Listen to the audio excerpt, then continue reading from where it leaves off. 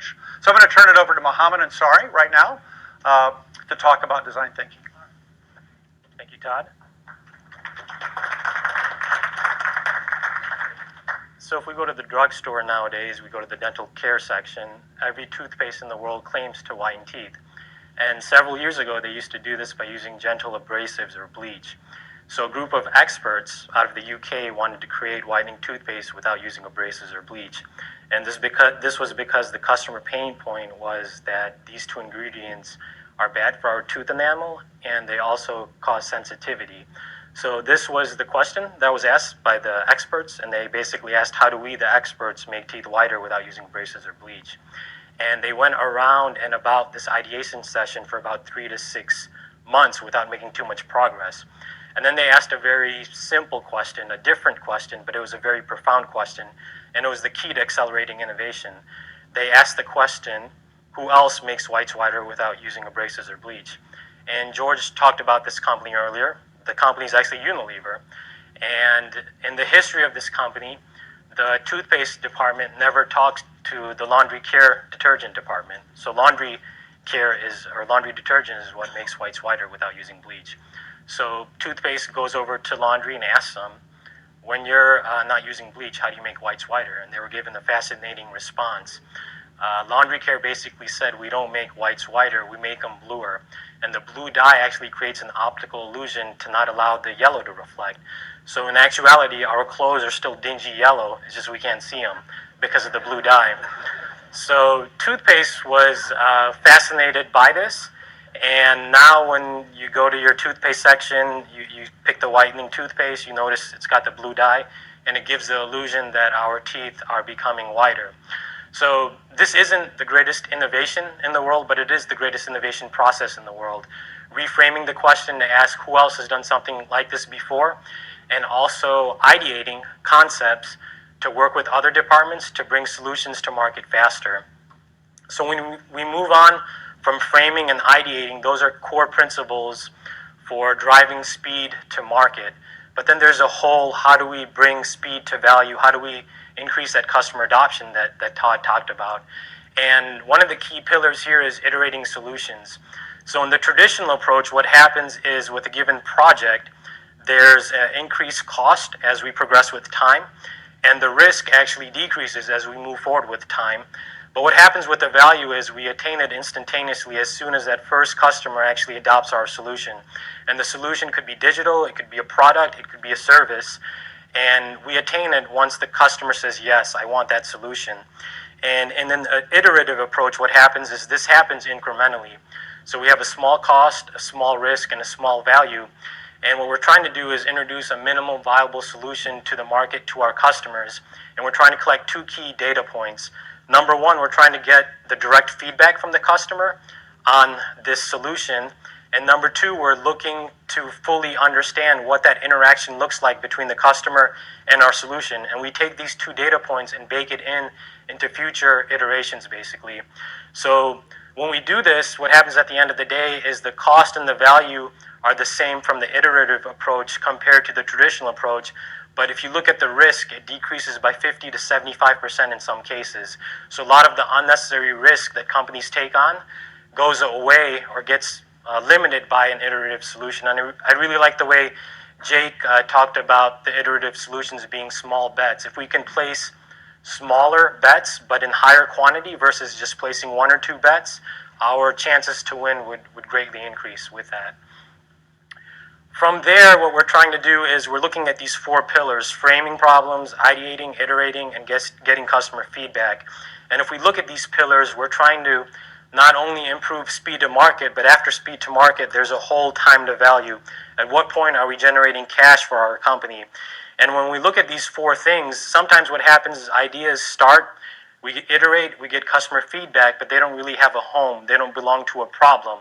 We're not starting off with a customer's pain point. And when that happens, that leads to a lot of confusion. The resources and the time that we're spending could be all for naught if the customer's problem is very, very small in scope. So very important to start off with the problem. If we start off with the problem, but we ideate internally in silos and don't involve other departments, other people, then that sometimes leads to bad ideas or ideas that partially solve the pain point for the customer, which leads to a lot of anxiety at the end of the day. And if we do everything properly, but we follow a linear approach without the iterations, without the small bets, what happens is if we don't pilot and test with customers, we're really presenting solutions to the customer on paper, and we're getting theoretical feedback as opposed to practical feedback. So we want the interaction with the customer to get real feedback that we can bake into future iterations. And without it, it creates slow progress. And then finally, if we do everything properly, but we do it in-house because we think we know better than the customer and we're not collecting that feedback, it really leads to low value. So this whole time to market, if we're rushing to take something to market and say we do it within 3 months, but then that solution, whatever it is, it sits on the shelf for 2 to 3 years, that time to market is all for naught because we have this 2 to 3 year lag before we're collecting that value for what we started the solution for. So it's very important to shrink and get that time to market equal or close to that time to value. So as soon as that solution is released to the market, the customer adopts it from day one. And to do that, these are the 4 pillars that are required, and this is the optimal approach, and this is what's called design thinking. And design thinking at its core, it's really about 2 things. It's about understanding the customer context and background for the problem that they face, and it's about cross-pollinating and distilling ideas to solve that problem. And doing these 2 things is very, very hard, but if done properly, it can greatly accelerate better solutions to our customers, while at the same time greatly reducing the time and cost risk to our business. And more formally, this is what design thinking looks like. And it was actually started by Stanford University in 1971, and this is the formal process. And when we look at levels of engagement, there's 3 key levels of engagement with customers. For us 80s kids, Mr. T used to say, "I pity the fool." And what he was actually trying to say was, "I acknowledge your pain and suffering." So pity is the lowest level of engagement. If we move 1 step beyond pity, it's called sympathy. And sympathy is, I not only acknowledge your pain, but I care for your pain. And empathy is, look, I acknowledge and I care for your pain, but I also feel the pain you feel. But beyond that, I understand your perception of that pain, which is huge. Understanding a customer pain point, but then understanding their perception of that pain is really, really big. And what empathy actually leads to is asking better questions. So we start off with 1 question, and as we empathize, we keep raising the bar and we ask better and better questions. And those are the things that actually drive us to better and more robust solutions for our customers. After empathy, we move on and we define what the problem statement should be, what is the challenge we're trying to solve, and we get into ideation. And ideas can come from anywhere. These ideation sessions, they should be unsiloed. They should involve other functions, other levels of expertise, other people outside of our business, because ideas can come from anywhere.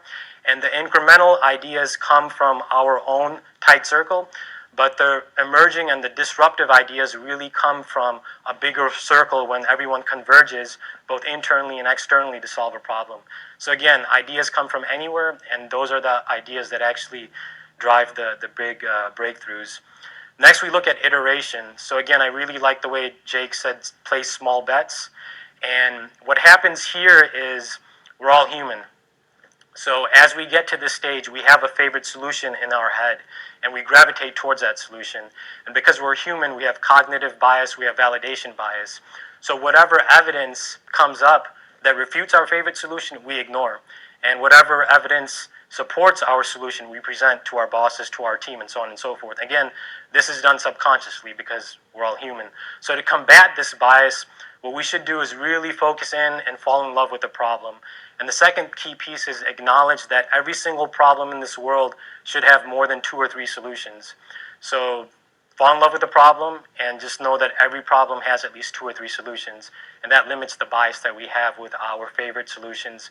And not only that, we can objectively look at more solutions, and that usually drives better solutions at the end of the day as well. And the last thing is to immerse the customer to de-risk whatever solution we're trying to derive value out of. Innovation isn't about new things. The customer doesn't care about novelty. What they care about is relevancy. They don't care if a product is brand new. They don't care if a service is brand new. They want that relevancy, that importance to their business. And design thinking really safeguards this relevancy by ensuring that the customer is involved with us each step of the way. So these are some steps that we could all adopt to follow the design thinking methodology every day. Frame better questions, ideate with other functions, iterate, and then immerse the customer. Some other things, we have the Yammer channel, innovation group. Please join that group. There's an ongoing conversation around design thinking. We're adding